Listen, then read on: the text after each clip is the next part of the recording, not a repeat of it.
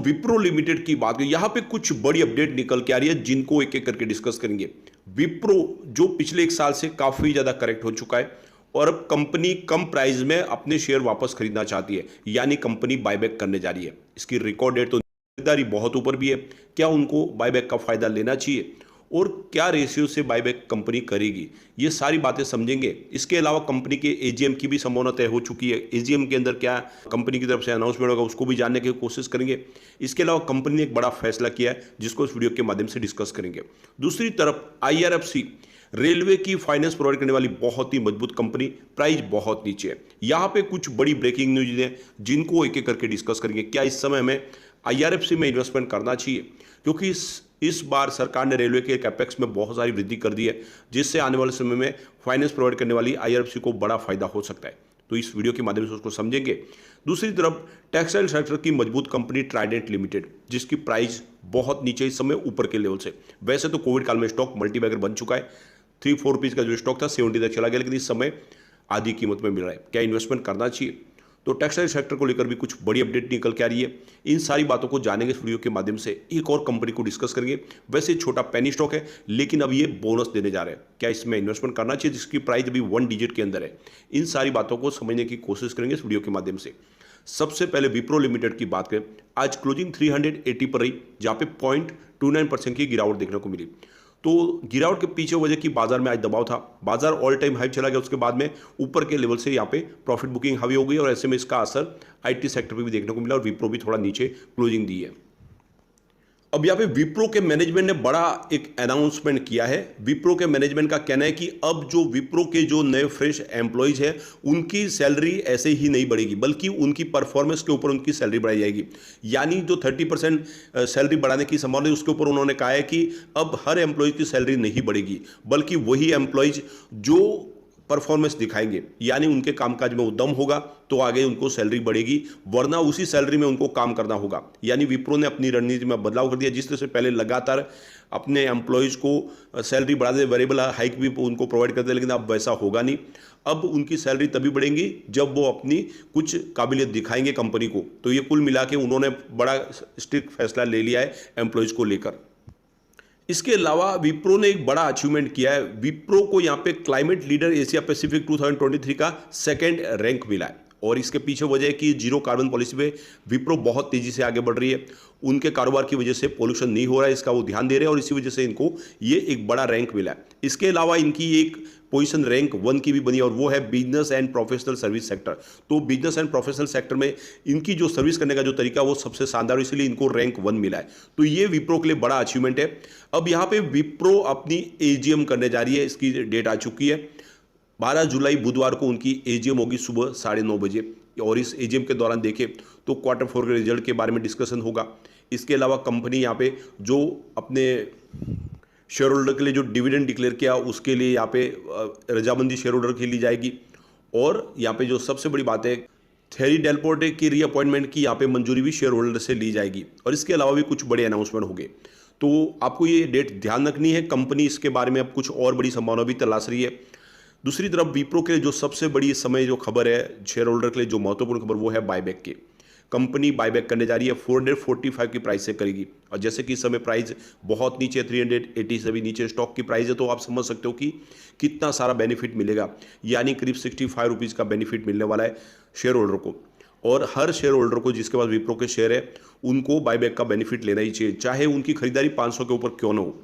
अगर वो बायबैक के तहत उनके शेयर खरीद लिए जाते हैं कंपनी की तरफ से तो वो निचले प्राइस से फिर खरीद सकते हैं जो बाजार में अवेलेबल है। तो ऐसे में बायबैक का बेनिफिट तो उठाना चाहिए।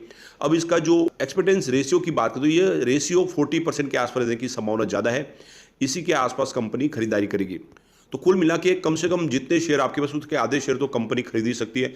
तो ऐसे में आपको इसका मौके का फायदा जरूर उठाना चाहिए। अभी इसकी विंडो नहीं खुली है तो अभी आपके पास मौका है, आप अपने हिसाब से तैयारी करें और ये सारा प्रोसेस है आपके ब्रोकर के थ्रू आपको करना होगा, तो ब्रोकर से कंसल्ट कर ले और आपको इसमें जरूर बेनिफिट उठाना चाहिए। अब हम चलते हैं ट्राइडेंट लिमिटेड की तरफ। 33.35 पर क्लोजिंग थी, 0.60% की गिरावट देखने को मिली। अभी गिरावट है बाजार में दबाव की वजह से। तो यहाँ पे ट्राइडेंट से एक बड़ी गुड न्यूज निकल के आ रही है। ट्राइडेंट लिमिटेड जिसका ग्लोबल मार्केट में बहुत अच्छा कामकाज है, कंपनी बात लेनेन बेड लेनेन यान का बिजनेस करती है। इसके अलावा कंपनी आप देख सकते हो कि पेपर और केमिकल डिवीजन का भी इनका अच्छा खासा कामकाज है। कंपनी ग्लोबल मार्केट में अपनी छवि तेजी से आगे बढ़ा रही है और अब इन्होंने एक नई सब्सिडीज कंपनी शुरू की है। ट्राइडेंट ग्लोबल बीवी के नाम से इन्होंने 15 जून को एक कंपनी बनाई है। देख सकते हो कि नीदरलैंड में ये कंपनी काम करेगी और इनकी मुख्य कंपनी के नीचे ये कंपनी होगी। और आप ये समझ सकते हो कि जिस तरह से इनका बिजनेस बढ़ रहा है उसमें ये फैसले किए जा रहे हैं लगातार। अब इनका जो बिजनेस है जिसमें आप देख सकते हो कि इस ट्राइडेंट ग्लोबल बीवी के तहत यहाँ पे इनका टेक्सटाइल का बिजनेस, पेपर और नॉन फूड कंज्यूमर गुड्स और क्लोथिंग एसेसरीज इसके अंदर आएगी। तो काफ़ी अच्छा फैसला है। ट्राइडेंट लगातार ऐसे फैसले कर रही है। आप समझ सकते हो कि इन्होंने जितने अपने डिवीजन उनके लिए अलग से एमडी भी अपॉइंट कर लिए, यानी सारे डिवीजन तेजी से आगे काम करते हुए दिखाई देंगे। और सबसे जो अच्छी बात है कंपनी का जो डिविडेंड पे आउट है 41.3% के आसपास, जो काफ़ी अच्छा कहा जा सकता है। इसके अलावा कंपनी के डेटा डेज में इंप्रूवमेंट हो रहा है। 26.5 डेज थे पहले, जो घट के 15.9 डेज के आसपास आ चुका है।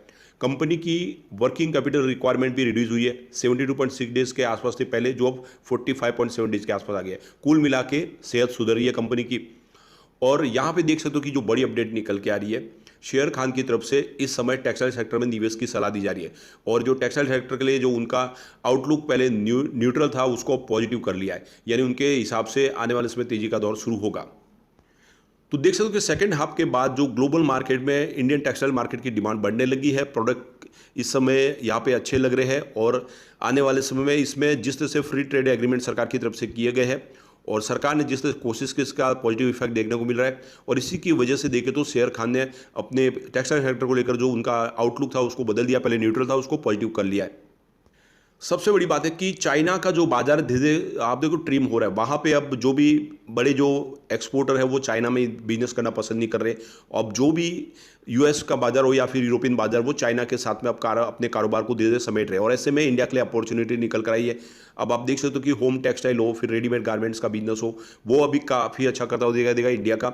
और अब उनका जो देखें तो गोल शिफ्ट कर लिया है, उन्होंने चाइना की बजाय इंडिया के साथ बिजनेस करना पसंद किया है। और ऐसे में आने वाले से इंडिया के लिए काफ़ी अच्छे अब मौके निकल के आ रहे हैं। और जो देख सकते हैं कि टेक्सटाइल सेक्टर के लिए जो खराब दौर था वो गुजर चुका है और आने वाले समय डिमांड आएगी अच्छी। और आप देख सकते हो कि जिस तरह से ग्लोबल मार्केट में भी कुछ पॉजिटिव सिग्नल निकल के आने लगे, तो आने वाले समय डेफिनेटली इन शेयर के अंदर भी तेजी बनेगी। तो ट्राइडेंट को इसका फायदा तो होगा ही, क्योंकि 54% बिजनेस तो उनका आप देख सकते हो कि एक्सपोर्ट से ही आता है। तो बिल्कुल ये सही मौका है, आपको ट्राइडेंट में इन्वेस्टमेंट करना चाहिए। आने वाले समय आपको बहुत अच्छा रिटर्न दे सकता है। अब हम चलते हैं आईआरएफसी की तरफ। 33.05 स्टॉक है, जहाँ पे 0.30% की तेजी देखने को मिली। स्टॉक काफ़ी अच्छा लग रहा है इस समय। अब यहाँ पे एक बड़ी अपडेट निकल के आ रही है। रेलवेज ने बड़ा फैसला किया है। रेलवे इस समय PPP और EPC के ऊपर खास ध्यान दे रहा है, यानी आप देख सकते हो कि पब्लिक प्राइवेट पार्टनरशिप के ऊपर ध्यान दिया जा रहा है। इसके अलावा देखें तो कंपनी इंजीनियरिंग, प्रोक्यूरमेंट और कंस्ट्रक्शन के ऊपर ध्यान दे रही है। ये दो मॉडल है जो रेलवे में एक आमूल परिवर्तन ला सकते हैं, क्योंकि इस समय पब्लिक प्राइवेट पार्टनरशिप भी चाहिए, तभी ज़्यादा से ज़्यादा करें इसमें इन्वेस्टमेंट आएगा। क्योंकि सारे रेलवे स्टेशन है उनको एयरपोर्ट के हिसाब से बनाना है, उसमें रीडेवलपमेंट करना है, उसमें मॉडर्न टेक्नोलॉजी से उनको तैयार करना है। इसके अलावा नए जो ट्रैक है उनको और बिछाना है, जो ट्रैक सिंगल है उसको डबल करना है, इलेक्ट्रिफिकेशन करना है, बहुत सारा कामकाज है। ऐसे में ये दो मॉडल ही सक्सेस है जो आने वाले समय में इसमें एक तेजी का दौर ला सकते हैं। तो काफ़ी अच्छी यहाँ पे संभावना बन के आ रही है। और इसके अलावा एक बड़ी अपडेट और निकल के आया, सूरत का जो उधना रेलवे स्टेशन है उसको बहुत ही मॉडर्न तरीके से डेवलप किया जा रहा है, एक आइकॉनिक ट्रांसफॉर्मेशन दिया जा रहा है। आप समझ सकते हो कि रीडेवलपमेंट होने के बाद ये स्टेशन आप समझो कि सारी फैसिलिटी से लेस होगा। और ऐसे में इसके लिए करीब 223.6 करोड़ रुपये का इन्वेस्टमेंट किया जा रहा है। तो काफ़ी प्रोजेक्ट जो लगातार इस समय दिखाई दे रहे हैं। इसके अलावा न्यू जलपाईगुड़ी स्टेशन को भी अपग्रेड किया जा रहा है, वर्ल्ड क्लास फीचर से लेस किया जा रहा है। आने वाले समय में आपको एहसास होगा कि आप रेलवे स्टेशन में नहीं बल्कि एयरपोर्ट पे खड़े हैं। तो ये जो लगातार अब फैसले किए जा रहे हैं उसका सीधा असर होगा आईआरएफसी के ऊपर, क्योंकि रेलवे की कंपनियों को फाइनेंस प्रोवाइड करने का काम आईआरएफसी ही करती है। ऐसे में आपको लॉन्ग टर्म का नजरिया लेकर आईआरएफसी में इन्वेस्टमेंट इस समय शुरू कर देना चाहिए। सबसे शानदार इसमें निवेश करने का मौका अगर आपको तलाशना है, इसके रेवेन्यू और प्रॉफिट को देखना चाहिए, जो हर साल बहुत तेजी से बढ़ रहा है। आप देख सकते हो 2019 में जहाँ पे इनका रेवेन्यू 11,130 रुपीज़ के आसपास था, ये लगातार ग्राफ बढ़ते हुए आप देख सकते हो 2023 तक 23,890 रुपीज़ तक पहुँच गया। एक तरफा तेजी दिखाई दे रही है, आपको कहीं पर भी ग्राफ नीचे आया था वो दिखाई नहीं देगा। प्रॉफिट में भी यही संभावना है। आप देख सकते हो कि 2019 में जहाँ पे 2255 रुपीज़ के आसपास प्रॉफिट था, वो 2023 आते थे 6337 को अभी तक पहुंच गया। और हर साल आपको ये ग्राफ बढ़ता हुआ दिखा देगा, कभी भी किसी साल इसमें प्रॉफिट में कमी नहीं आई है, जबकि इसके बीच में कोविड काल भी निकला है। उसके बावजूद भी बिजनेस बहुत तेजी से बढ़ रहा है और वैसे ही नेटवर्थ बढ़ रहा है। 2019 में जहाँ पे 18,586 करोड़ रुपीज़ का नेटवर्थ था, वो 2023 आते थे 45,470 करोड़ तक पहुंच गया। तो इतना शानदार अगर बिजनेस है तो क्यों नहीं इसमें दाव लगाया जाए, जबकि ये स्टॉक अभी समय अपनी बुक वैल्यू के पास ही आपको मिल रहा है। तो इन्वेस्टमेंट करना चाहिए, आने वाले में ये आपको मल्टी बैग रिटर्न दे देगा। अब चलते हैं उसी स्टॉक की तरफ जो आपको बहुत ही शानदार बोनस देने जा रहे हैं। ये छोटा सा पैनी स्टॉक है, देख सकते हो, leading leasing finance and investment company limited इसका नाम है। 6 रुपये का शेयर है, 5% का यहाँ पे अपर सर्किट लगा है। कंपनी ने अनाउंस किया एक शेयर के ऊपर एक शेयर बोनस देना। यहाँ पे इसकी एक्स बोनस डेट है 20/7/2023 और रिकॉर्ड डेट भी 20/7/2023। उसके पहले अगर आप शेयर खरीदते हो तो आपको इसका बोनस का फायदा मिल जाएगा। वैसे कंपनी लॉस से प्रॉफिट में आई है। कंपनी की रिवेन्यू की बात करें, मार्च 2022 में 3.4 करोड़ रुपीज़ का कंपनी का रिवेन्यू निगेटिव था। इस बार 0.87 करोड़ रुपीज़ का इनका रिवेन्यू बढ़ा है। तो देख सकते हो कि रिवेन्यू जो लगातार गिरा था उसमें एक अच्छी खासी वृद्धि हुई है और वैसे भी कंपनी लॉस से प्रॉफिट में आई है। मार्च 2022 में 0.27 करोड़ रुपीज़ का लॉस था, इस बार कंपनी को 0.55 करोड़ रुपीज़ का प्रॉफिट हुआ है। तो बिल्कुल इन्वेस्टमेंट करना चाहिए, काफ़ी अच्छा स्टॉक है। छोटा स्टॉक आने वाले समय कमाल कर सकता है, लेकिन फ्रेंड कोई भी इन्वेस्टमेंट करने से पहले अपने फाइनेंशियल एडवाइजर से बारे में ले ले या अपना खुद का रिसर्च करें, क्योंकि मैंने वीडियो आपके एजुकेशनल पर्पज के लिए ही बनाया। वीडियो पसंद आए तो लाइक से जरूर कीजिए और चैनल को सब्सक्राइब कर दीजिए। Thank you.